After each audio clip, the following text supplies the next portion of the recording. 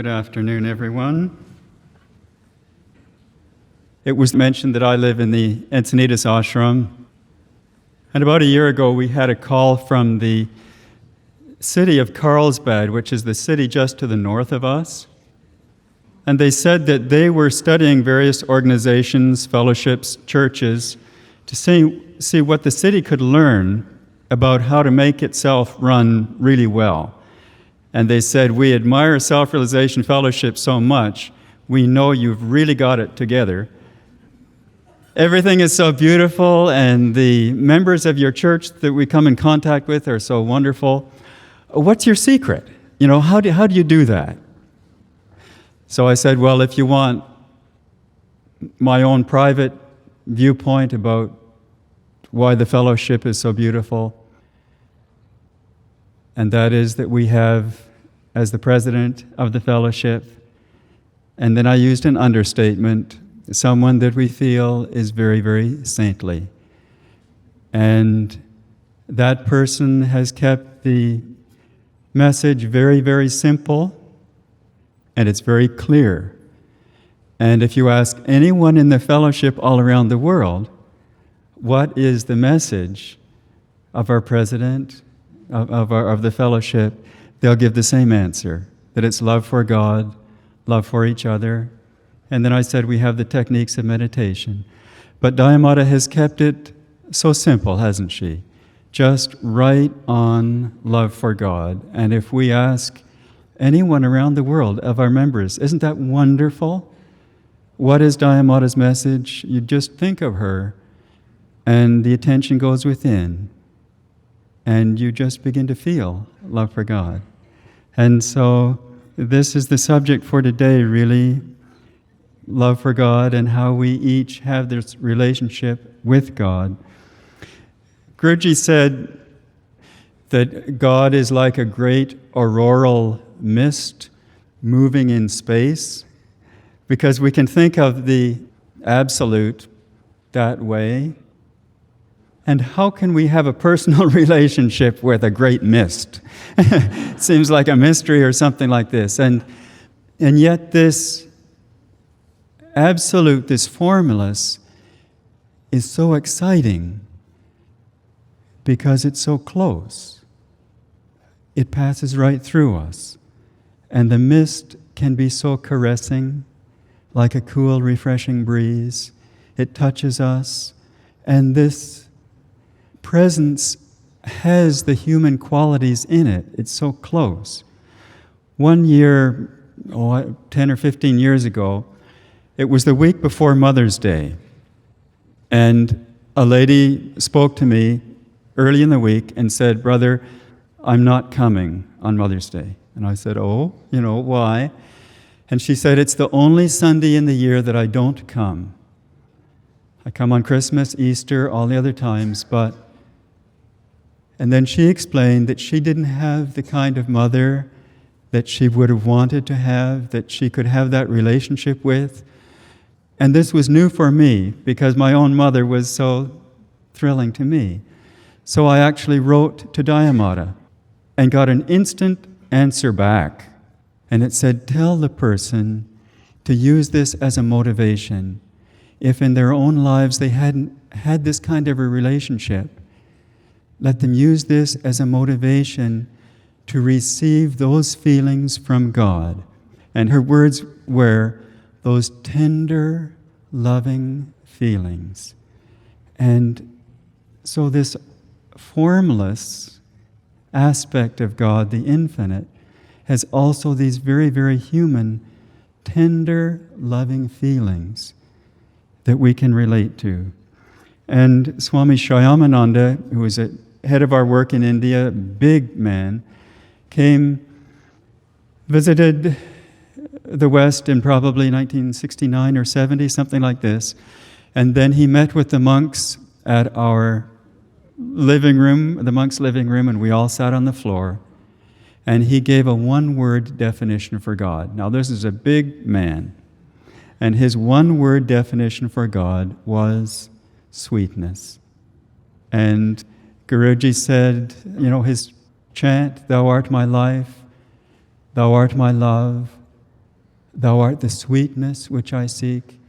He said it was always He, the Father behind all fathers, the Mother behind all mothers, the Lover behind all lovers that I sought through incarnations.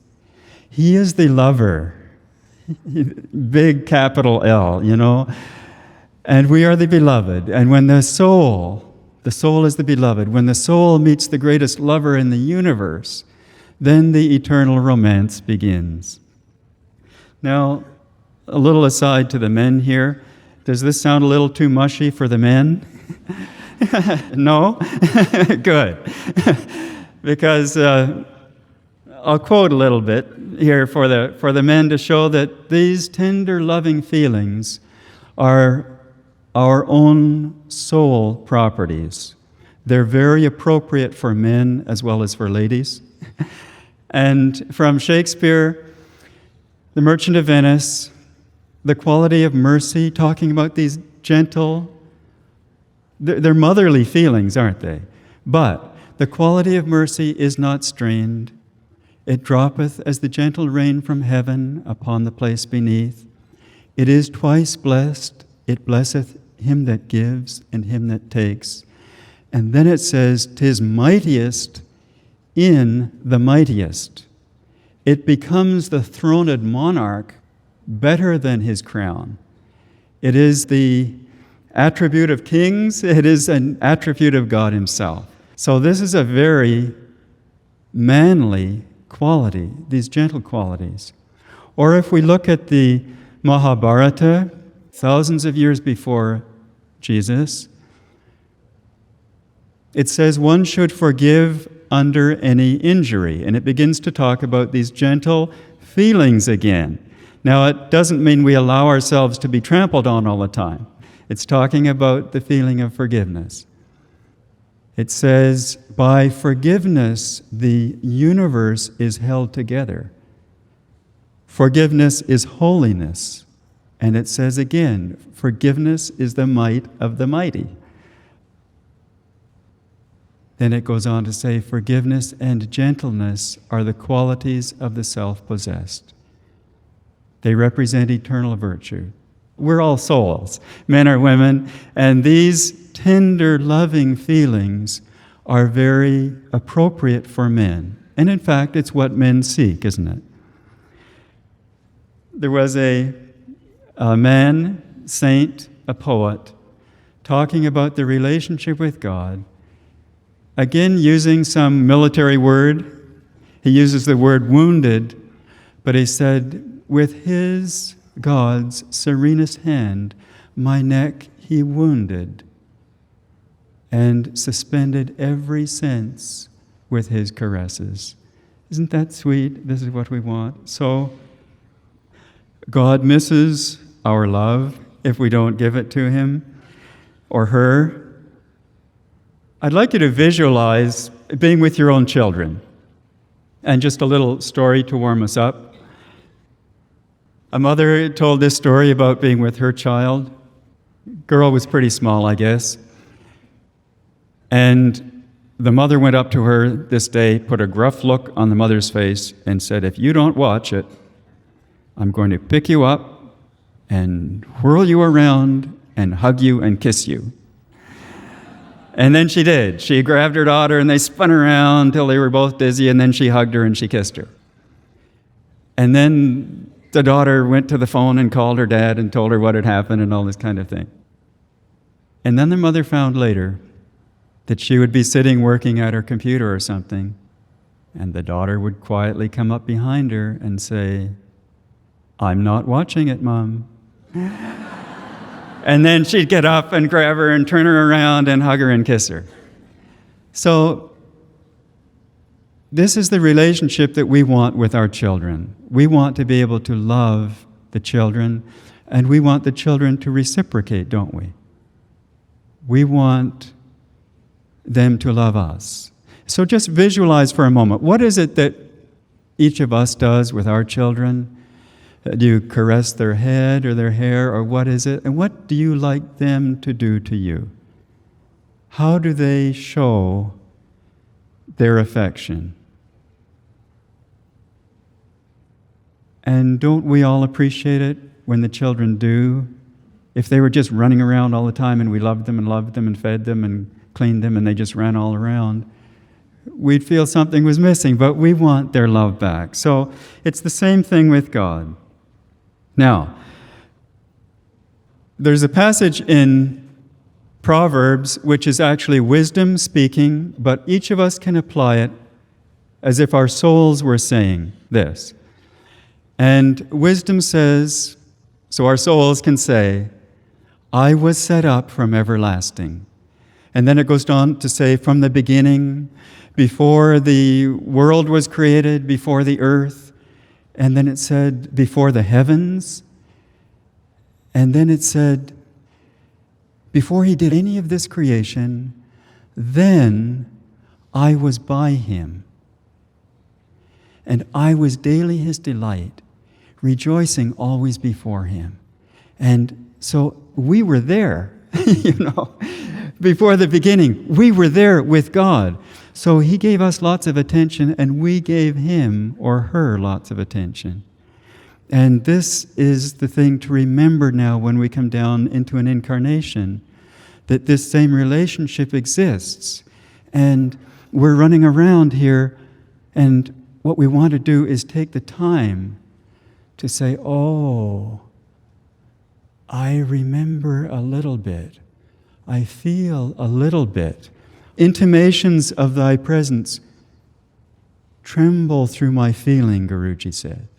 So we want to be able, as we go through our incarnation, to have a little bit of this sense of God's presence and this love. Dayamata said, more vital to our happiness and well-being than anything else are these timeless moments spent with him this way. So then, how to give love to God in our meditations, we'll talk about that first and then get into our other aspects of the daily life. We know that the techniques of meditation help take us within, but so many people ask, what do we do beside the techniques? Because we may be at a 3-hour meditation at a center or group or temple. We may be having a longer meditation at home.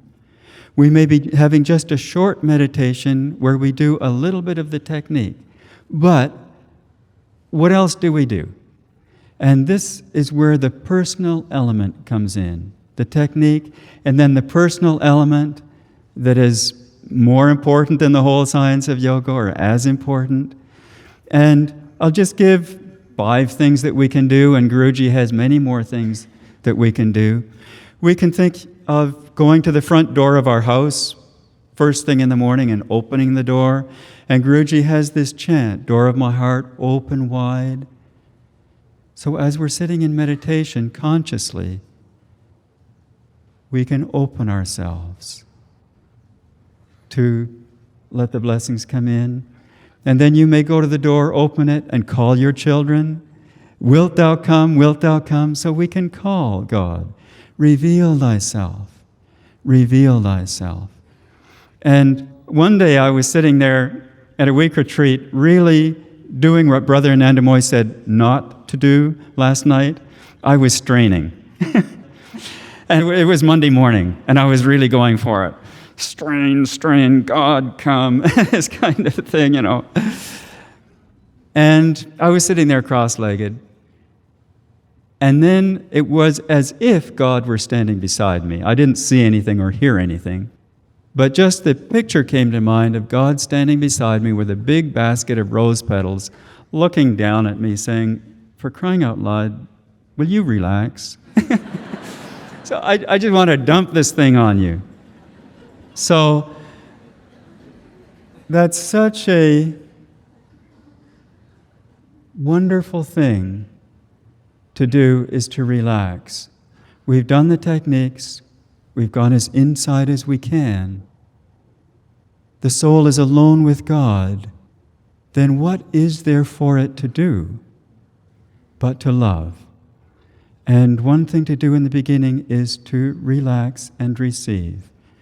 Because just as we love to love our children, you love to take your hand and caress them, how wonderful it must be for the gurus to see all these meditators and to go around and visit each one wherever we are meditating and just caress our souls.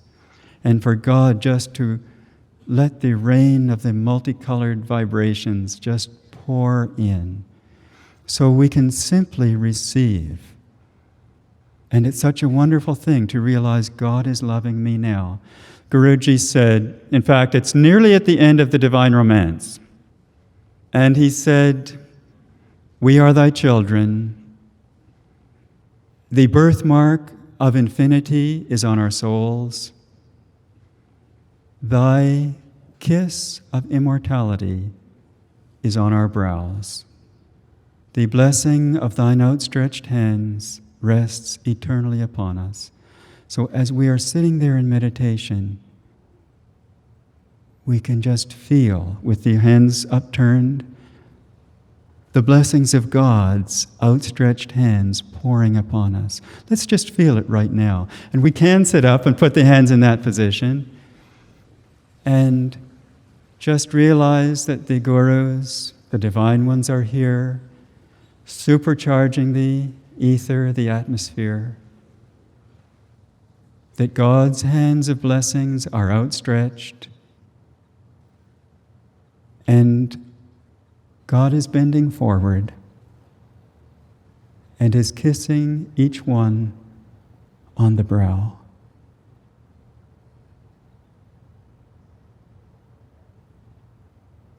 And all we need to do is receive. But then something happens as we're receiving. It waters the love in our own hearts, and it begins to bubble up, and it begins to blossom and open and flower. And the incense of our own love begins to waft upwards. The perfume from our opening flower of our heart and soul begins to go Godward, and there's this two-way flow, and this wonderful process of just dwelling there, being in love. Guruji said, God begins where motion ceases. So after the techniques are over, we're really wanting to get to this very concentrated state where the mind is alert, it's focused, and we are swept up into this love. Now, I'd like to pass on to you an example that Dayamata gave to the monastics, and I personally found it very, very helpful. I couldn't get a handle on this love thing for a long time. And so she gave a little key in one of the satsangs she gave us, and I was trying it one morning in my room. And she said to take an affirmation. And you probably know what she says very often as an affirmation. I love thee, Lord. I love thee, Lord. Well, she said that with an affirmation, the way it works is that when we say it initially, we may not feel it. And she said it's like a match. You have to strike it, strike it, strike it. And someday the thing lights. So I was sitting there intellectually, and trying to be really honest now. I love you. Well, I don't. So, okay, what's the solution here?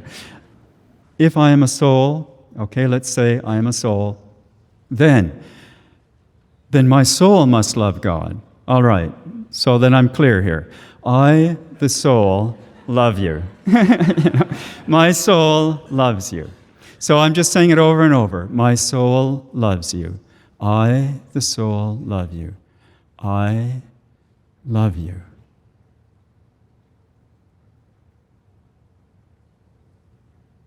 And something began to happen. I began to feel a tingling in my whole body. And I thought, maybe I do. Maybe this is true. So try it. Well, let's just try it right now. Okay. We don't really need to change our positions, but that's fine. So let's say it right now as an affirmation. I love you, Lord. I love you, Lord. And she said, try to feel it in our hearts. I love you, Lord. I love you, Lord. I love you, Lord. I love you, Lord.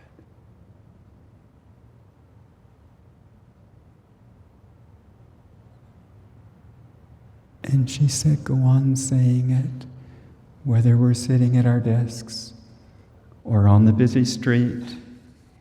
And then she said, let this be your last thought before you go to sleep at night. Try it tonight as you are falling asleep. And if you would like to hear her saying it, listen to A Heart Aflame. It's so beautiful. It sweeps us up into that. So, talking about the stillness now, we're talking about going past motion. We say this very gently or anything in our own language, and then it becomes simpler and simpler. With the monks, finally she stopped and just said, you. The Rubaiyat said, there was a door to which I found no key. There was a veil past which I could not see. Some little talk a while of me and thee there seemed, and then no more of thee and me. And Guruji explains, there seemed to be, in the initial states of meditation, this separateness, this two. But as ecstasy deepened, then there was just ecstasy, being one in the love of God. Guruji said, we may try many ways to find God, but He will elude us until we pour forth great love to Him from our hearts. So this is so precious, to be able to get up in the morning and for a few minutes to let the attention go inside after doing the techniques and feel this. And to take a moment during the day. It doesn't take very many seconds. We felt it here with just a few seconds. And in the evening after the meditation, to feel this sweetness again. It's really so precious. Now, she said to say the same thing during the day when things go right and when things go wrong. So, I love you, Lord, I love you, Lord, I love you, Lord. She said, when we are happy, when we are sad, to go on saying the same thing. It can be a refrain that goes on in our minds all the time. You can vary it, I love you, or I love you, or I love you. And this helps us during the day to take advantage of the difficulties that come along. Sometimes when we're doing counseling, people complain, this is going wrong in my life, this is going wrong in my life, this is. Sometimes when they unload a lot of things like that, I interrupt and say, by any chance, when you were up in the astral, did you pray or make a wish to work off a lot of karma in this life? It is astounding the number of times they say, oh yes. Then why are you complaining to me, you know?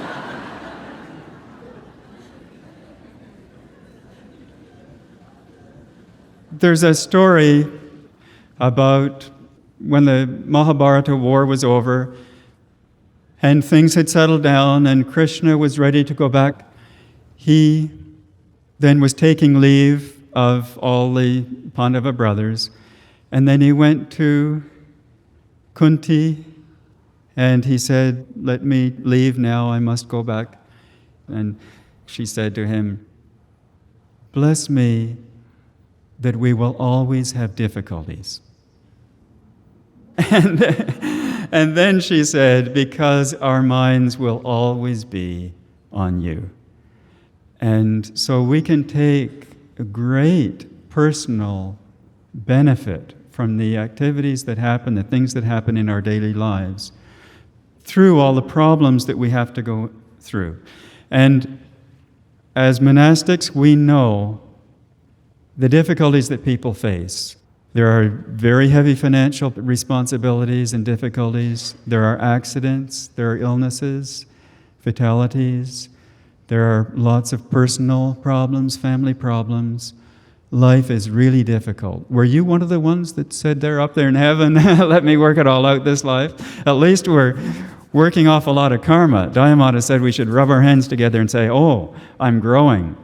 So it's not only in meditation that we can have the personal relationship with God. It's in all the things that happen during the day. And this is a big help in keeping our personal relationship with God. If we can keep our consciousness up here in the spiritual life through the day. Again, Guruji gave so many times the advice to the disciples when they came into his presence, where the problem, just keep your attention here.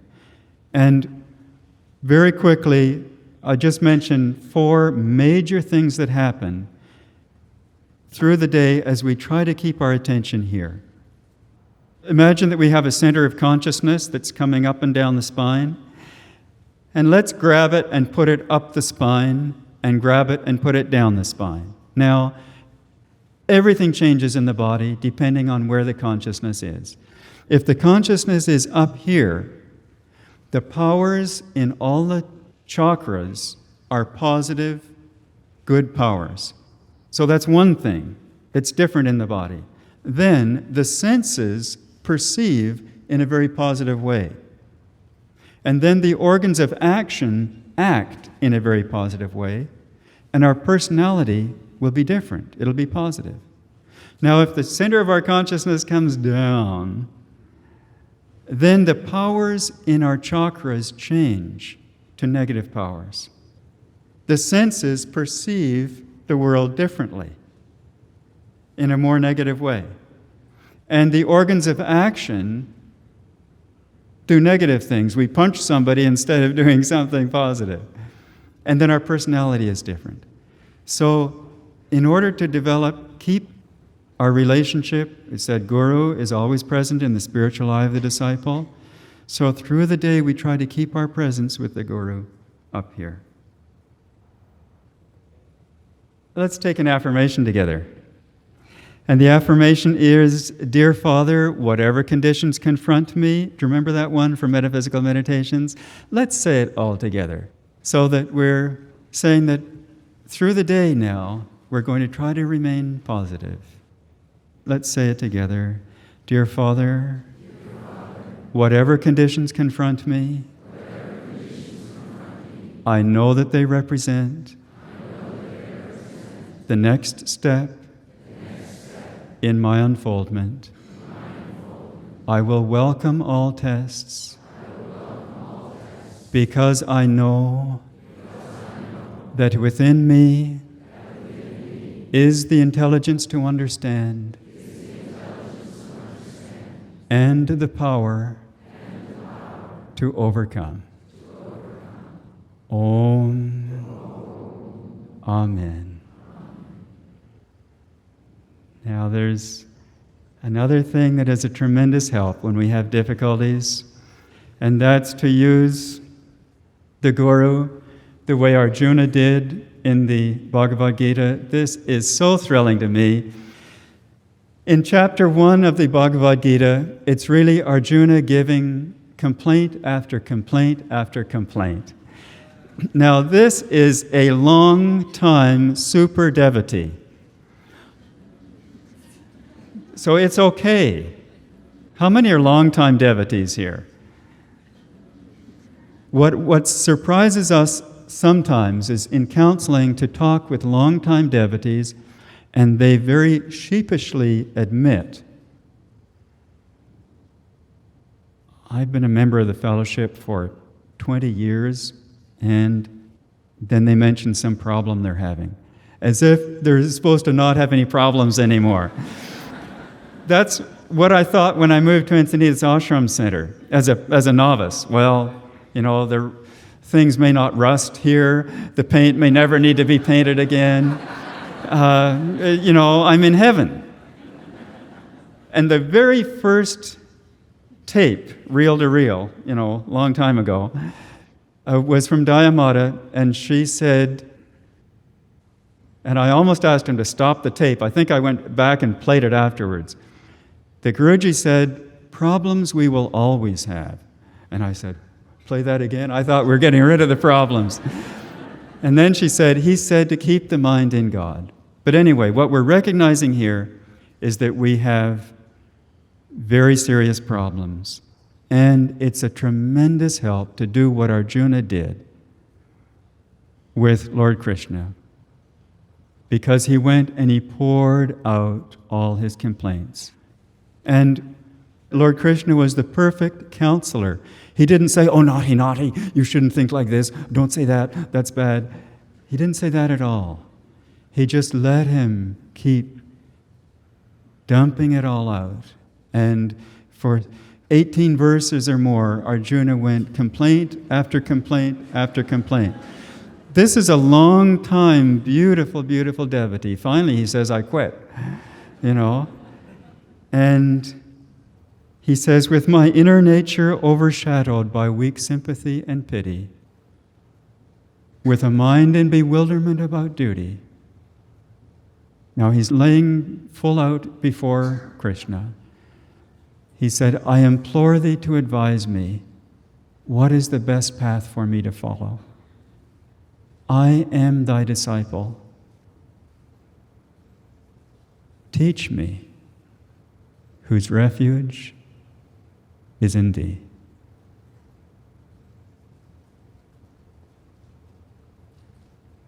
It is such a help to us in our personal relationship with God and with Guru to, if necessary, lie flat out on the floor. And this can be long-time devotees and say, "Lord, I'm so confused. I don't know the way. I don't know which way is up. Help me." As a monk one time, I went down and at lunchtime I knelt in my room and just said, "Help. I need help." And my mind was disturbed about a lot of things. And it was as if, just like Sister Gyanamata says, the window opening in the hot room and the cool, refreshing breeze blowing in. So it's such a wonderful thing to surrender before God, before the Guru. And this can come at any point in sadhana. Mrilini Mata told us one day, it seems that you have found your deepest surrender, but then there's another level of depth, and another level, and how wonderful it is. And then what the Guru does, then the Guru uplifts the devotee. Someone had taken Kriya, and then his life got very far from the path. And for about 20 years, he went through all sorts of difficulties. And then I met him after he had come out of the difficulties. And he said his life had reached a point where, because he got into drugs, all my friends were dead or in jail. And I was in hell, and I knew I was there, and I knew I would never get out. And then he said, as I thought that, the thought went through my mind, but I still have a Guru. And as the thought went through his mind, the understanding came with it of how he'd gotten into the difficulty and how to get out of it. And now he was helping others get out of it. So surrendering to the Guru calling is such a personal thing. The Guru is more alive on earth now than when he left his body. We visited Bogota, Colombia, a long time ago, and the monks had not been there for 12 years. I think it was Brother Kripananda and I walked in to the meditation center. The devotees were there. We were hit by the vibration, just the thick presence of God and Guru. And another time in Dominican Republic. I was sitting there for an interview, and a lady came rushing up the stairs, came and sat down, holding the lesson in her hand. I'm on lesson 13, and master this, and master that, and my life has changed, and everything is so wonderful. And I was just looking at her in awe, saying, isn't this awesome? It's the devotee and the lesson and the guru. And she's only on lesson 13 or something like this. This is alive, and more on earth. This is happening. The same thing is happening direct with all these devotees. It's absolutely thrilling. Just getting back to the activities of our life, how to make them personal. We try to do our duties to try to please God, bring that into our actions. There are different kinds of ways we can act. We can act selfishly for ourselves. We can act for our families.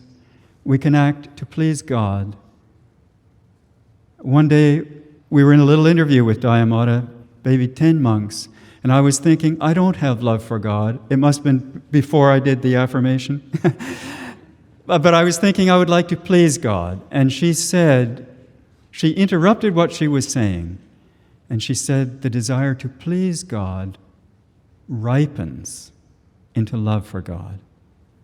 So then, if we can act with love for God in our hearts, finally we'll come to a state where eventually we'll perceive that God is the doer.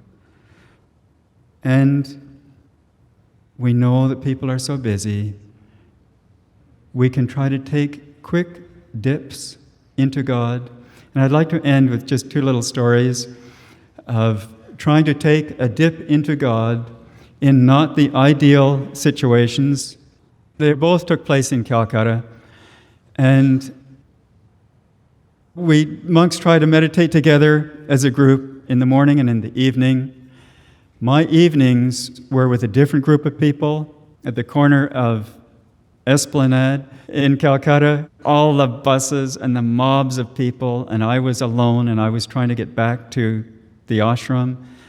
And without going into the whole story, I got on the bus, probably the wrong bus, as one of the Indian devotees told me. She saw me through the crowd, and I was on the wrong bus, but couldn't tell me I was going. Bouncing all the way down to the end. Finally sitting down on the seat, half a seat, one spring instead of two.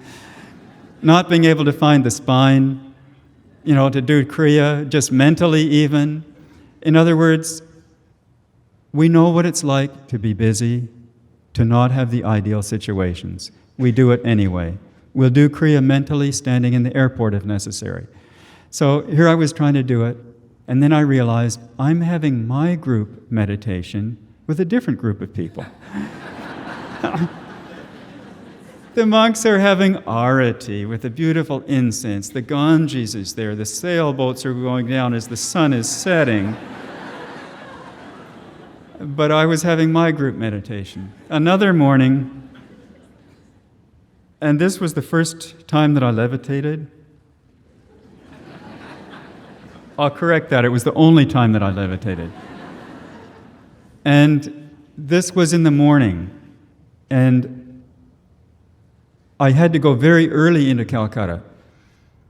So I did the techniques in my room, but I didn't have time for this loving relationship with God.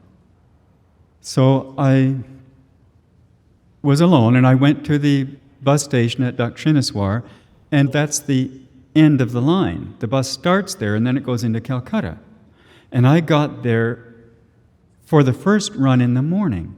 Now, all the other buses that I'd ever seen, Indian buses, were filled with people bulging out the back, the bus often tilted to one side like this, and the bumper just, an inch or two from the road like this, looked like a beehive with people on it. But this time, one of the greatest miracles, the bus was absolutely empty. I didn't know buses could be empty in India. And there was just the driver, the ticket taker, and me. So I went to the back of the bus. I wanted just to not pay any attention to them. And I went into the back left-hand corner, and it was a little bit rounded. And I had a chutter with me, a piece of cloth like this that I folded, and put it just at my head there, and laid the head at the back, and said, let me just pretend that I'm sleeping so they won't know what I'm doing. And then I began to practice, I love you, Lord. I love you, Lord.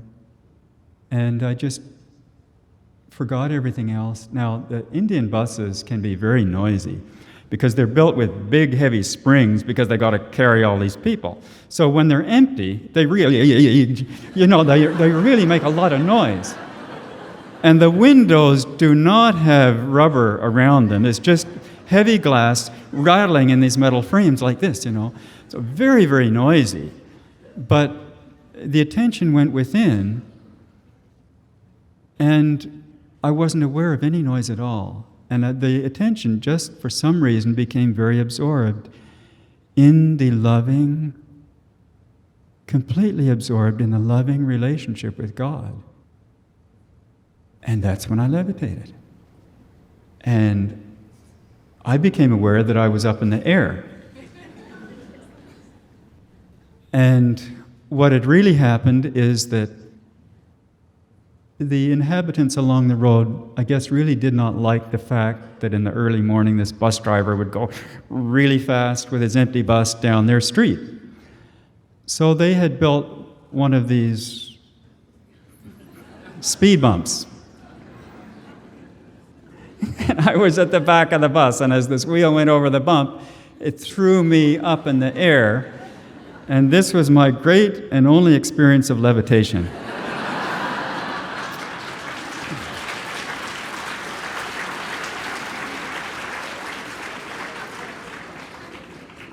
There is a moral to the story, which is applicable to everyone whose family has a television set, or children playing in another room, or neighbors, or whatever, that devotion, as well as the techniques, is very interiorizing. And we don't need the perfect time, and we don't need the perfect place. But whenever we can grab it, our lives are very busy, we have all sorts of difficulties, and that is what makes these teachings so wonderful, because we have been given so many ways to make this relationship with God personal. Whatever the situation in life, wherever we are, whatever the rush of time, we can always have this deep, loving, personal relationship with God. We can take quick dips. So let's take a quick dip now.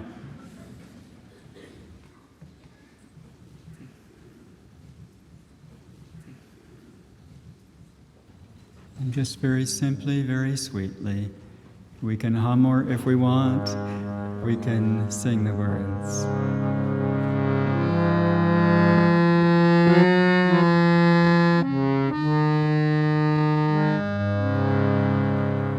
I will sing thy name, I will drink thy name, and be all drunk with thy name. I will sing thy name, I will drink thy name, and get all drunk with thy name. I will sing thy name, I will drink thy name, and get all drunk with thy name. I will sing thy name, I will drink thy name, and get all drunk with thy name, and get all drunk with thy name, and get all drunk with thy name, and get all drunk with thy name, and get all drunk with thy name, and get all drunk with thy name. And let us just affirm together silently, I love thee, Lord. I love thee, Lord, at your own rhythm.